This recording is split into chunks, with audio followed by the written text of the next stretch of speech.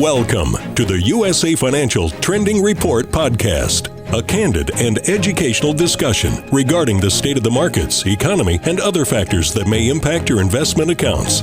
The host of this podcast is an investment advisor representative of and securities are offered through USA Financial Securities, member FINRA SIPC, a registered investment advisor. This podcast is educational and not intended as personal financial advice. Seek the help of a qualified financial professional regarding any strategies discussed. Investing carries an inherent element of risk and includes the potential for loss of principal and income. Past performance is no guarantee of future results, and your actual results may vary.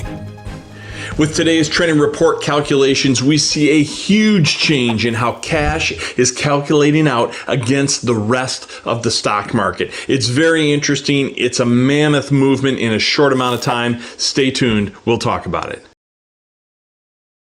Welcome once again to the Trending Report. Today we are dissecting data ending last Friday, which would have been August 19th.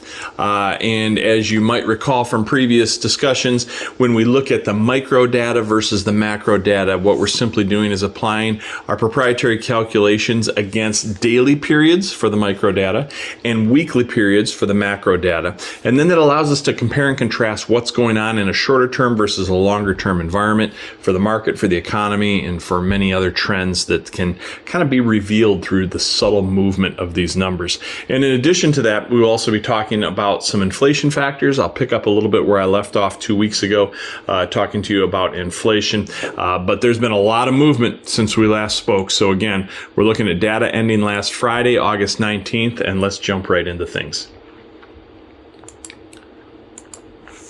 So here we are looking at capitalization. So we're identifying the market from large cap all the way down to small cap, and we're determining how they're scoring out on a macro basis and then how they're scoring out on a micro basis, so we can compare and contrast those two.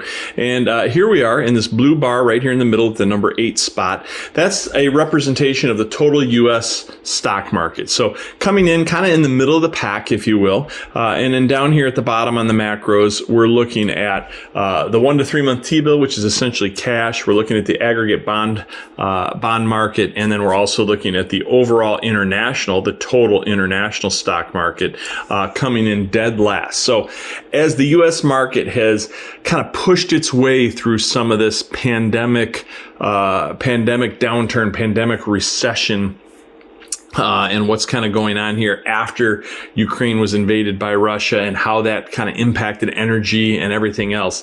We're seeing that the international markets are taking a much tougher toll on things than we have seen in the U.S. However, when we look at the micro, over here on the right-hand side, what's really just jumps out is that the cash equivalent has gone all the way up to the number 1 spot. So the market's had a rough couple of weeks here, and cash has become king in real short order. It's jumped all the way up to that top spot, coming in above any and all other equities. So we're still seeing overall international and aggregate bond funds down here at the bottom. They just flip-flop in those final 2 spots.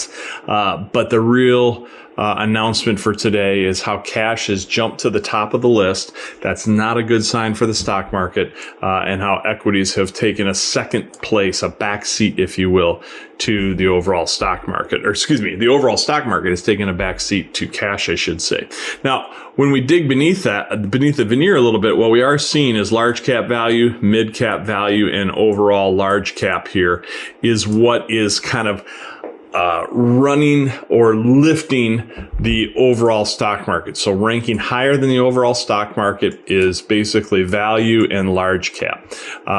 Over here, if you look, we're seeing on the macro, we saw small cap growth up here at the top, and we saw large cap growth. And then again, this is the NASDAQ 100, which is essentially growth as well. And then even mid cap growth here. So the growth stuff on the macro is being traded out for the value in the large cap here on the micro right now. So that's kind of the movement within capitalization. Let's look at the movement now within the sectors. Again, here's our overall stock market right here at the number 5 spot on macro. It drops a bit and comes down to the number 7 spot. But most importantly, here we are once again, looking right here at that cash equivalent. Cash jumps up to the number 3 spot. So we are still seeing Vanguard Utilities and Vanguard Energy. And again, we're just looking at the Vanguard ETFs to identify the subset sectors of utilities and energy. So we're looking at utilities and energy still scoring out on the micro ahead of cash, but everything else is falling below that. Now, again, we're still seeing total international right here at the 14 spot. We saw the bonds drop down to the 15 spot.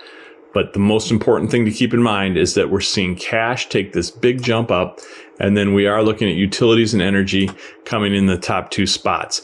Before, we had utilities here, and we had energy all the way down here at the bottom. So energy was the other big subject matter right here, where it took a big jump up on the micros, jumping up to the same kind of horsepower in terms of lift that we saw out of the cash and the energy really taking big jumps. Now, what does that really mean? Well, while we're speaking on energy, let's take a look at our other interesting trend for today's discussion.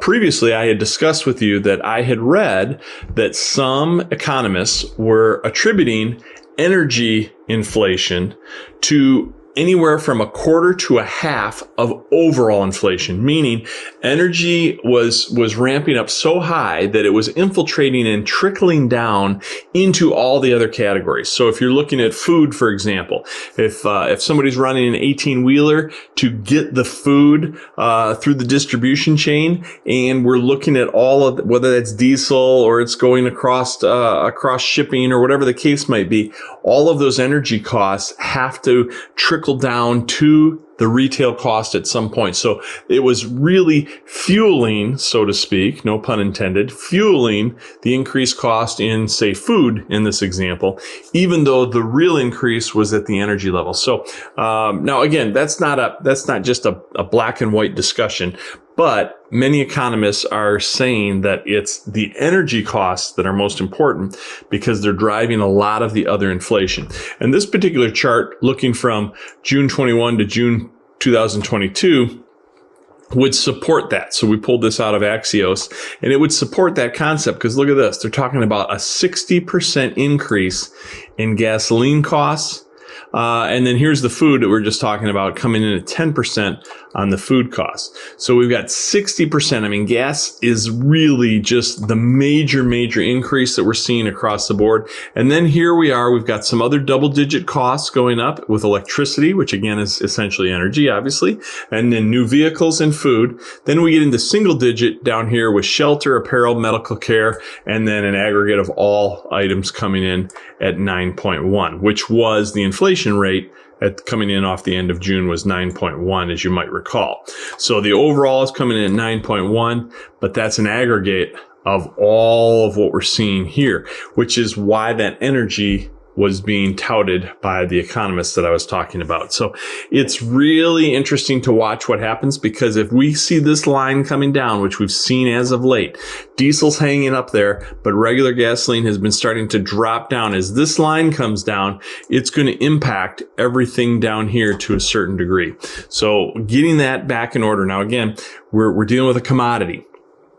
And because of the invasion in Ukraine and what that's done to energy and how that manipulates and just kind of domino effects across the globe when it comes to energy, we're seeing the impact here. Now, keep in mind, the U.S. is still doing better. We are still a net exporter of energy. Many countries do not have that luxury. We didn't used to have that luxury not all that long ago. And so a lot of the rest of the world is very dependent upon importing its energy. Now, the U.S. still imports energy as well, but we're a net exporter overall. So that gives us a distinct advantage, and it is starting to be reflected at the gas pump, at least a little bit, compared to what you would pay in other countries for the same gallon of gas. So lots of things going on that are starting to affect the market. It's an interesting way to kind of be pushing off the end days of summer, as we're starting to see that the market was really trying to get its feet back under it. But now it's starting to show that, there are still worries out there. There are worries about inflation. There are worries about what the Fed's going to do next. There are worries about what's going on with the war in Ukraine. So Whether the market can regain its footing is yet to be seen. But for right now, that's why we're seeing that jump in cash scoring higher than everything else when it comes to the micro and the macro on capitalization, and then just coming in under utilities and energy on the sector. So interesting stuff. We'll keep track of it all for you, and we'll be back to discuss this more again in the near future. Thanks, everyone. Thanks again for listening to this episode of the USA Financial Trending Report. To gain instant access to this monthly Trend Tracker publication, or to find out more about USA Financial Formulas, simply visit usafinancialformulas.com. Any USA Financial Formula strategy may underperform or produce negative results. The strategies and screening tools discussed in this presentation are only tools designed to move assets into or out of the market based on various economic and market indicators. These tools do not guarantee specific results, and even with the application of these tools, it is possible that your account will lose value. Research partners mentioned are independent companies and not affiliated with USA Financial Formulas. You should only invest in the USA Financial Formulas upon receiving and reading the Formulas ADV.